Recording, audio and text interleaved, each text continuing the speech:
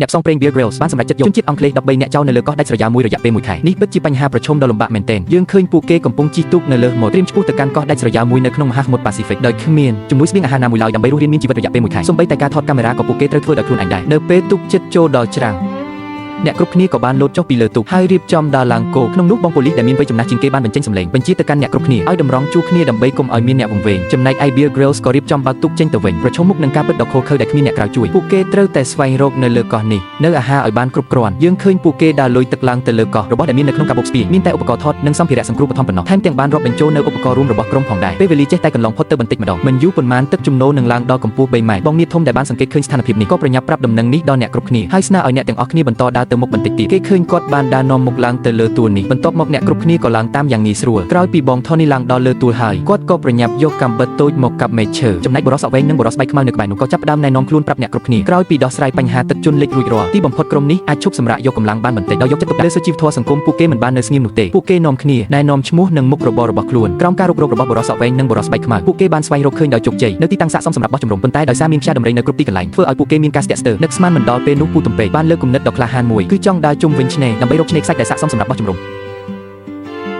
ប៉ុន្តែបងប៉ូលីសបានប្រឆាំងនឹងគំនិតរបស់គាត់ដោយគិតថាការសម្រេចចិត្តនេះមានភាពមិនប្រកបប្រជាច្រើនខណៈពេលដែលអ្នកលើដីចេញមិត្តរបស់ខ្លួនស្រាប់តែមានពស់ដ៏ធំធាត់មួយក្បាលលូនចេញមកនេះធ្វើឲ្យអ្នកគ្រប់គ្នាមានការភ័យខ្លាចយ៉ាងខ្លាំងពេលនោះបងសក់ក្រាស់បានសម្រេចចិត្តយ៉ាងម៉ឺងម៉ាត់ដោយយោបល់ពីចំណុចគឺសម្រេចបែងចែកជាពីរក្រុមដើម្បីធ្វើសកម្មភាពក្រុមមួយដឹកនាំដោយបងប៉ូលីសបោះតង់នៅទីតាំងដើមចំណែកមួយក្រុមទៀតទៅស្វែងរកប្រភពទឹកដែលអាចផឹកនៅលើកោះទំហំ1គីឡូម៉ែត្រការ៉េនេះពោពេញទៅដោយវាលភក់និងគេឃើញពួកគេបន្តដើរកាត់ព្រៃដ៏ក្រាស់ហើយក៏បានប្រទះឃើញប្រភពទឹកមួយដោយចៃដន្យប៉ុន្តែអ្វីដែលធ្វើឲ្យអ្នកគ្រប់គ្នាខកចិត្តនោះគឺប្រភពទឹកនេះមានជាតិប្រៃខ្លាំងមិនអាចញ៉ាំបានទេនេះធ្វើឲ្យបុរសសក់វែងមានអារម្មណ៍ថាមានវិបត្តិយ៉ាងខ្លាំងសំណាងល្អដែលអ្នកគ្រប់គ្នាមានសំណាងបន្ទាប់ពីការស្វែងរកអស់រយៈពេលយ៉ាងយូរទីបំផុតពួកគេរកឃើញឆ្នេរខ្សាច់ដ៏ស្រស់ស្អាតមួយនេះធ្វើឲ្យបងសក់ក្រាស់មានការត្រេកអរជាខ្លាំងដើម្បីអបអរការរកឃើញដ៏គួរឲ្យភ្ញាក់ផ្អើលនេះពួកគេនាំគ្នាដោះសម្លៀកបំពាក់លោតចូលទៅក្នុងសមុទ្រម្នាក់មានអារម្មណ៍សប្បាយរីករាយដូចកូនក្មេងនឹកស្មានមិនដល់ពេលនោះបងសក់ក្រាស់ត្រូវបានសត្វចាស់មួយសមុទ្រតិចបន្ទាប់ពីលាងសម្អាតមុខរបួសជាបឋមរួចក្រុមទី2ត្រូវប្រញាប់ត្រឡប់ទៅជំរំវិញដើម្បីប្រាប់ដំណឹងល្អនេះដល់អ្នកគ្រប់គ្នាប្រឈមមុខនឹងការថយចុះនៃទឹកស្អាតពួកគេត្រូវតែស្វែងរកទឹកដែលអាចផឹកបានក្រុមដែលនៅជំរំបានសម្អាតទីធ្លាមួយកន្លែង Tony ដែលទំនេរបាននិយាយជែកលេងជាមួយអ្នកគ្រប់គ្នាអំពីខ្លួនឯងអ្នកគ្រប់គ្នាបានទទួលយកគាត់យ៉ាងកក់ក្ដៅចំណែកឯក្រុមទី2នៅពេលនេះនៅតែបន្តរករកផ្លូវហើយបានរកឃើញប្រភពទឹកដែលរីងមកខ្វក់បន្តិចដើម្បីអាចផឹកទឹកស្អាតបានពួកគេត្រូវបង្កាត់ភ្លើងដ៏ធំមួយដើម្បីដាំទឹកឲ្យពួកគេឃើញបន្ទាប់ពីជួបជុំគ្នាអ្នកគ្រប់គ្នាបានយកកាំបិតមកកាប់មែកឈើចំណែកយុវជនវ័យក្មេងក៏បានទទួលខុសត្រូវក្នុងការបង្កាត់ភ្លើងដំបូងគឺចងខ្សែនិងដំបងឈើបញ្ចូលគ្នាបន្ទាប់មករៀបចំប្រាវិធីដុសបញ្ឆេះដើម្បីបង្កាត់ភ្លើងប៉ុន្តែរហូតដល់យប់ក៏នៅតែមិនអាចបង្កាត់ភ្លើងបានគ្មានភ្លើងក៏មិនអាចដាំទឹកបានដែរបងសក់ក្រាស់ដែលមានតួនាទីជាគ្រូពេទ្យអារម្មណ៍ខ្វះជាតិទឹកចំណែកយុវជនដែលបង្កាត់ភ្លើងបរាជ័យក៏មានអារម្មណ៍ខុសឆ្គងយ៉ាងខ្លាំងអ្នកគ្រប់គ្នាដែលគ្មានភ្លើងអាចត្រឹមតែដេកនៅក្នុងទីងឹតអ្នកគ្រប់គ្នានាំគ្នាតែដេកលើ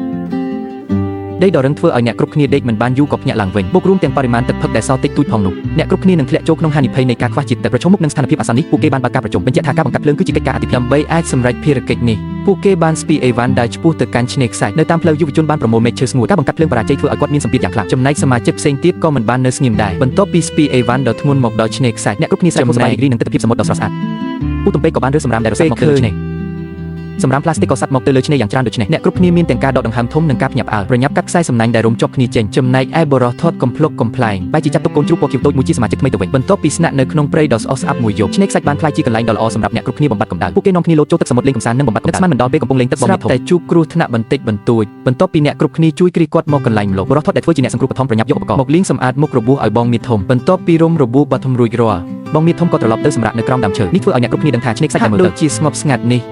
េះតាមពិតលក្ខកំបាំងហានិភ័យយុវជន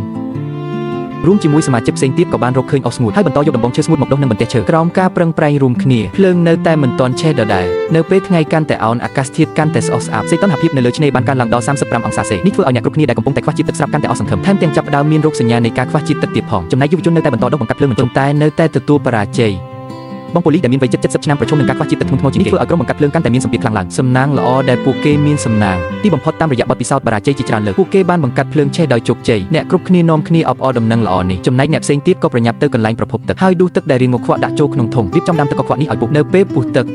ឹកបន្តពុះកញ្ជ្រោលចេញពីក្នុងកំប៉ុងពួកគេបានដាំទឹកមួយកំសៀវដែលអាចផឹកបានយ៉ាងជោគជ័យអ្នកគ្រប់គ្នាក៏នាំគ្នាផឹកទឹកថែមទាំងនិយាយលេងសើចថាមានរសជាតិដូចទឹកតែរាងសាបបងប៉ូលីសវ័យ70ឆ្នាំទីបំផុតក៏បានផឹកទឹកធ្វើឲ្យគាត់ដែលកំពុងខ្វះជាតិទឹកមានអារម្មណ៍ធូរស្បើយភ្លាមប៉ុន្តែបញ្ហាផ្សេងក៏ចាប់ផ្ដើមចូលមកជាបន្តបញ្ហាបន្ទាប់ដែលពួកគេត្រូវប្រឈមមុខគឺការហូបចុកតើពួកគេគួរតែវងរកអាហារពីកន្លែងណាសំណួរនេះធ្វើឲ្យអ្នកគ្រប់គ្នាធ្លាក់ចូលក្នុងការព្រួយបារម្ភយ៉ាងខ្លាំងម្ដងទៀត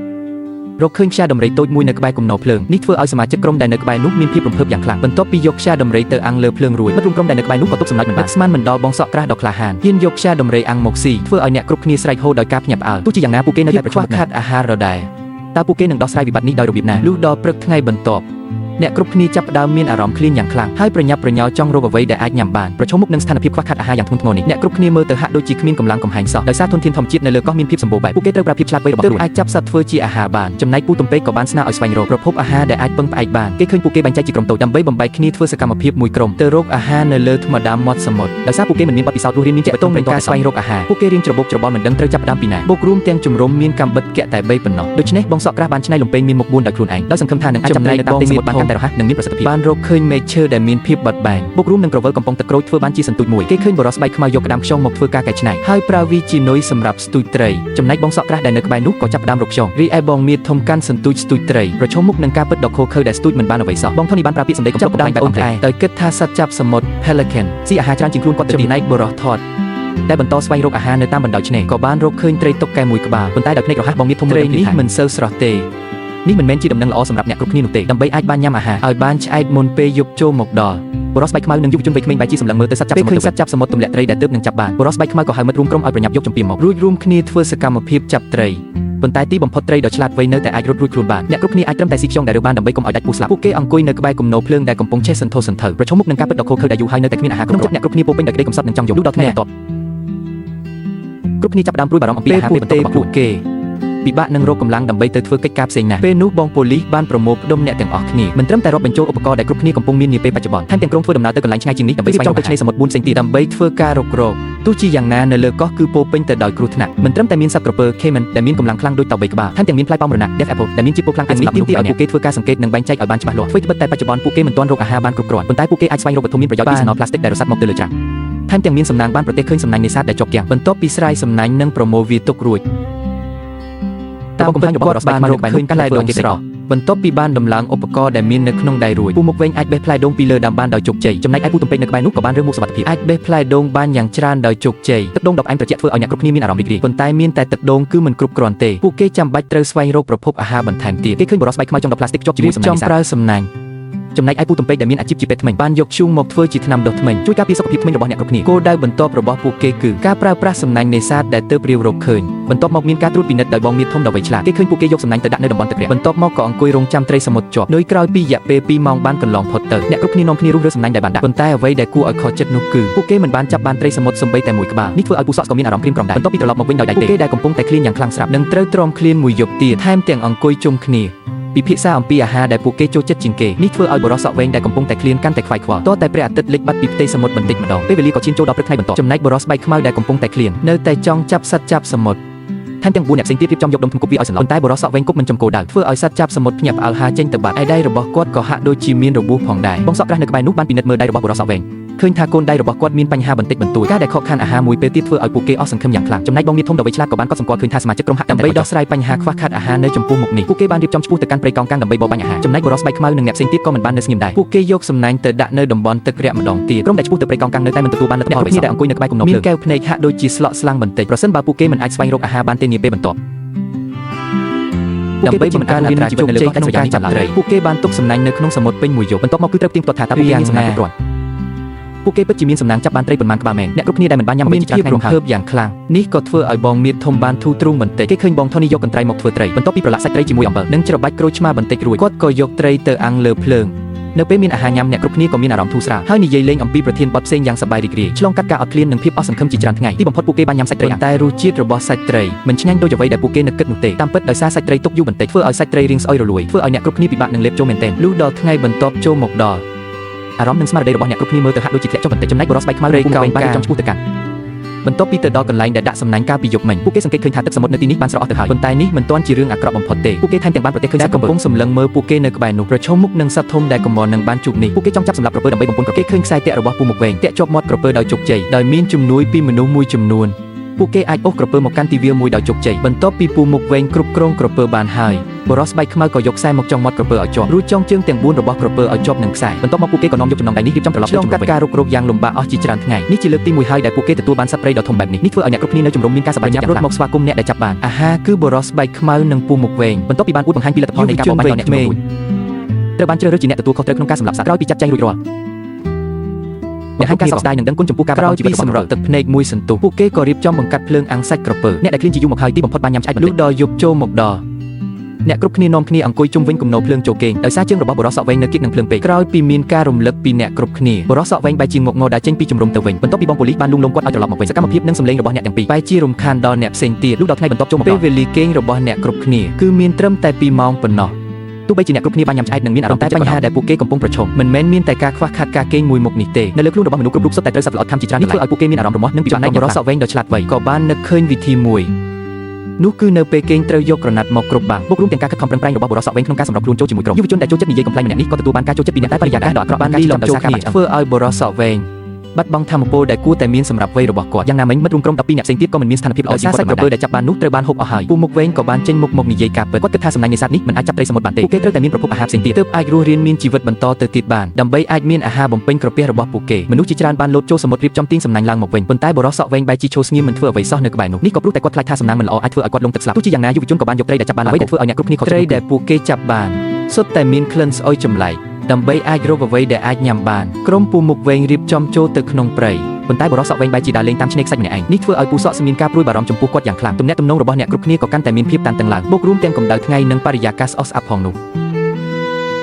ពេលឃើញបរិសសក់វែងនៅស្ងៀមមិនធ្វើអ្វីសោះពូពុកចំការដែលកំពុងធ្វើការមានការមិនពេញចិត្តបន្តិចបន្តួចថែមទាំងបាននិយាយរិះគន់សកម្មភាពរបស់បរិសសក់វែងទៀតផងដោយសារបរិសសក់វែងដែលក្មេងជាងគេមានចិត្តទន់ខ្សោយគិតថាខ្លួនឯងគ្មានសមត្ថភាពគាត់ក៏ចង់ចាក់ចេញពីជំរំចំណែកបងថននេះនៅក្បែរនោះក៏ជួយលួងលោមប៉ុន្តែបរិសសក់វែងនៅតែសម្រេចចិត្តចាក់ចេញពីជំរំលុះដល់ម៉ោងជាង3រសៀលអ្នកគ្រប់គ្នាដែលនឿយហត់ក៏នាំគ្នាមកប្រមូលផ្ដុំគ្នានៅកន្លែងលុបក្នុងជំរំដោយឃើញបរិសសក់វែងមិនទាន់ត្រឡប់មកវិញបងប៉ូលីសក៏សួររកដំណឹងរបស់គាត់នឹកស្មានមិនដល់គាត់មិនបានយកទឹកសំបីតែបន្តិចតាមខ្លួនបងប៉ូលីសរៀបចំចាត់មនុស្ស2នាក់ទៅរកគាត់ប្រឈមមុខនឹងស្ថានភាពបន្ទាន់ដែលកំពុងកើតឡើងពូសក់និងពូមុខវែងរៀបចំទៅស្វែងរក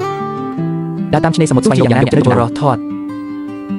បែរជារិះគន់អំពីទង្វើរឹងរូសរបស់បរិសសក់វែងទៅវិញបន្ទាប់ពីស្វែងរកអស់រយៈពេលយ៉ាងយូរពួកគេនៅតែមិនទាន់រកឃើញបរិសសក់វែងដែលចាក់ចេញទៅនោះទេប្រឈមមុខនឹងទង្វើរឹងរូសរបស់បរិសសក់វែងបរិសស្បែកខ្មៅនៅជំរំក៏បានរិះគន់អំពីរឿងនេះដែរចំណែកបងប៉ូលីសនៅក្បែរនោះបែរជានិយាយការពីគាត់ទៅវិញដោយនៅសល់តែ2ម៉ោងទៀតមុនពេលព្រះអាទិត្យលិចពូសក់ស្នៅតែរកបរិសសក់វែងមិនទាន់ឃើញនៅពេលដែលគាត់ហៀបនឹងអស់សង្ឃឹមទៅហើយពូសក់ស្រាប់តែប្រទះឃើញបរិសសក់វែងកំពុងដើរលេងនៅតាមឆ្នេរបន្ទាប់ពីបានជួបជាមួយបរិសសក់វែងពួកគេទាំង3នាក់ក៏រកឃ្មុំដើម្បីអង្គុយសម្រាកមិនត្រឹមតែហុចទឹកឲ្យបរិសសក់វែងប៉ុណ្ណោះទេថែមទាំងប្រើពាក្យសម្ដីដ៏កក់ក្ដៅលួងលោមគាត់ដែលកំពុងតែមានទុក្ខផងដែរក្រោយពីស្ងប់អារម្មណ៍បរិសសក់វែងក៏មានអារម្មណ៍ខុសឆ្គងយ៉ាងខ្លាំងថែមទាំងបានសុំទោសអ្នកទាំងពីរដែលមកតាមរកខ្លួននៅតាមផ្លូវត្រឡប់ទៅវិញបរិសសក់វែងចេះតែរៀបរាប់ប្រាប់អ្នកអំពីបញ្ហារបស់ខ្លួននេះធ្វើឲ្យអារម្មណ៍របស់គាត់បានធូរស្រាលយ៉ាងឆាប់រហ័សចំណែកពូសក់ក៏ចេះតែសរសើរបរិសសក់វែងធ្វើឲ្យគាត់អាចចសាងទំនុកចិត្តឡើងវិញបានពេលនោះបងប៉ូលីសក៏នឹកឃើញវិធីមួយគឺចង់ឲ្យបរិសសក់វែងដើរតាមខ្លួនជានិច្ចបន្ទាប់ពីធ្វើដំណើរផ្លូវឆ្ងាយអ្នកទាំង3ទីបំផុតក៏បានត្រឡប់មកប្រញាប់តែមុខសម្បត្តិរីករាយរបស់សក់វែងមួយផងដោយឃើញថាពេលវេលាមួយថ្ងៃចិត្តកន្លងផុតទៅហើយនៅក្នុងជំរំពេលនេះសល់តែខ្យងមួយក្បាលប៉ុណ្ណោះដែលអាចញ៉ាំបានទោះជាយ៉ាងណាពេលនោះបងមានធំបែរជាសួរដេញដល់បរិសសក់វែងទៅវិញនេះធ្វើឲ្យបរិសសក់វែងដែលមានចិត្តទន់ខ្សោយបានចាក់ចេញដល់ព្រឹកថ្ងៃបន្ទាប់ចូលមកដល់បរិសសក់វែងបាននាំយកមេឈើនិងអុសជាច្រើនត្រឡប់មកវិញតាំងពីព្រលឹមដើម្បីផ្លាស់ប្ដូរអាកប្បកិរិយាប្រងើយកណ្ដៅរបស់អ្នកគ្រប់គ្នាចំពោះគាត់បរិសសក់វែងតាំងចិត្តធ្វើអ្វីមួយដើម្បីផ្លាស់ប្ដូរស្ថានភាពនៅក្នុងពេលដែលអ្នកគ្រប់គ្នាកំពុងប្រជុំបរិសសក់វែងបានសុំទោសយ៉ាងស្មោះត្រង់ទៅកាន់អ្នកគ្រប់គ្នានៅទីនោះថែមទាំងបានពន្យល់ពីទង្វើរបស់ខ្លួនកាលពីសោដើម្បីស្វែងរកវាស្មានពូមុខវែងដែលសម្បូរបទពិសោធន៍ជីវិតដឹងច្បាស់ក្នុងចិត្តថាទង្វើរបស់បរិសសក់វែងគឺចង់តាក់ទាញការចាប់អារម្មណ៍ពីអ្នកគ្រប់គ្នាប៉ុន្តែពូសក់ដែលមានចិត្តល្អមិនគិតដូច្នេះទេគាត់ចង់ស្វែងរកចំណុចខ្លាំងនិងចំណុចខ្សោយរបស់បរិសសក់វែងចំការនៅពេលនោះក៏បានផ្ដល់ឱកាសឲ្យបរិសសក់វែងមួយផងដែរដោយនាំគាត់ទៅធ្វើការជាមួយគ្នាយ៉ាងណាមិញអ្នកផ្សេងទៀតក៏មិនបានសម្រេចដែរមិនត្រឹមតែស្វែងរកខ្យងនៅលើថ្មប៉ុណ្ណោះទេថែមទាំងបានស្វែងរកដើមឈើដែលស័ក្តិសមហើយប្រើកាំបិតកាប់មែកឈើទម្លាក់មកក្រោមពេលនោះបរិសសក់វែងនិងពួកគេឃើញពួកគេយកទឹកកខ្វក់ក្នុងស្រះដួសដាក់ចូលក្នុងដបប្លាស្ទិកបន្ទាប់មកក៏និយាយជេរគ្នាលេងបន្ទាប់ពីបានដឹងពីប្រវត្តិរបស់គ្នាទៅវិញទៅមកទំនាក់ទំនងរវាងអ្នកទាំងពីរឃើញថាមានភាពប្រសើរឡើងយ៉ាងច្បាស់ដោយសារពូពុកចង្កាគិតថាបរិសសក់វែងមិនសូវចេះហែលទឹកបន្ទាប់ពីបង្រៀនក្បាច់ហែលទឹកដល់គាត់រួចបរិសសក់វែងក៏រៀនហែលទឹកនៅក្នុងចំណែកគំនិតរឹងរូសរបស់បរិសសក់វែងក៏បានផ្លាស់ប្ដូរបន្តិចម្ដងគេឃើញក្រោយពីអ្នកទាំង4លោតចូលទៅក្នុងសមុទ្របរិសសក់វែងដែលចេះហែលទឹកក៏បានមកជួយទាញសំណាញ់ដែរបន្ទាប់ពីអ្នកគ្រប់គ្នាបន្តទាញសំណាញ់ឡើងមកអ្វីដែលពួកគេចាប់បានបែរជាមិនមែនជាត្រីដែលអាចញ៉ាំបានចំណែកសំណាញ់មួយទៀតបែរជាខុសគ្នាស្រឡះពួកគេចាប់បានត្រីធំជំនាំ8ក្បាលដែលអាចនេះធ្វើឲ្យអ្នកគ្រប់គ្នាមានអារម្មណ៍សប្បាយរីករាយយ៉ាងខ្លាំងប៉ុន្តែក្នុងពេលជាមួយគ្នានេះពួកគេក៏ចាប់បានត្រីមានពីរបន្ទាប់ពីកាត់ត្រីជាចំណិតរួចរាល់ពួកគេយកសាច់ត្រីខ្ចប់នឹងស្លឹកឈើហើយដាក់អាំងលើគំនរភ្លើងយ៉ាងណា បរិសក់វែងដែលពោពេញដោយមនោសញ្ចេតនាបែរជាអបិទមានធ្វើឲ្យបងប៉ូលីសមានការមិនពេញចិត្តយ៉ាងខ្លាំងចំណែកបរិសក់វែងនៅក្បែរនោះបែរជាមិនដឹងរឿងអ្វីសោះពេលឃើញត្រីមានពីរត្រូវបានគេបោះចោលនៅក្បែរនោះហើយគាត់ក៏បានយកត្រីនោះទៅដាក់ក្នុងរណ្ដៅរួចយកដំបងឈើវីសម្រាប់ត្រីនោះឲ្យបន្ទាប់ពីយល់ពីស្ថានភាពនេះបងមាធំក៏បានពន្យល់ពីមូលហេតុនៃការអវត្តមានរបស់បរិសក់វែងប៉ុន្តែចម្លើយបែបនេះមិនអាចធ្វើឲ្យបងប៉ូលីសពេញចិត្តបានទេពេលពូសក់ឃើញបងប៉ូលីសរៀងក្តៅក្រហាយក៏ប្រញាប់រំលឹកបរិសក់វែងទុកជាមុនលុះដល់ពេលថ្ងៃត្រង់ទីបំផុតអ្នកនៅក្នុងជំរំអាចរីករាយនឹងអាហារដ៏ឆ្ងាញ់ពិសេសធ្វើឲ្យបងថនីមានការសប្បាយចិត្តយ៉ាងខ្លាំងរីករាយនឹងអាហារដ៏ឈ្ងុយឆ្ងាញ់របស់ខ្លួនបន្ទាប់ពីញ៉ាំឆ្អែតអ្នកគ្រប់គ្នាក៏អង្គុយជុំគ្នាបរិសក់វែងដែលចេះនិយាយកំប្លែងធ្វើឲ្យអ្នកគ្រប់គ្នាសើចមិនដាច់មាត់ប៉ុន្តែបងប៉ូលីសនិងបរិសក់វែងបែរជាមានទំនាស់នឹងគ្នាដោយសារបរិសក់វែងមានសភាពដូចជាពួក hippie នេះធ្វើឲ្យបងប៉ូលីសដែលមើលម៉ាត់មានការដើម្បីឲ្យអ្នកគ្រប់គ្នាបានញ៉ាំឆ្អែតបន្ទាប់មកបរិសក់វែងក៏ចេញទៅក្រៅស្វែងរកចំណីហើយចាប់បានសត្វចាប់សមុទ្រមួយក្បាលដោយជោគជ័យការផ្លាស់ប្ដូរបែបនេះធ្វើឲ្យអ្នកគ្រប់គ្នាសប្បាយចិត្តយ៉ាងខ្លាំងបន្ទាប់ពីរៀនពីរបៀបធ្វើសត្វចាប់សមុទ្ររួចពួកគេក៏បានញ៉ាំសាច់ដ៏ឈ្ងុយឆ្ងាញ់នេះថែមទាំងបានផ្សះផ្សាគ្នាដោយជោគជ័យជាមួយបងប៉ូលីសទៀតផង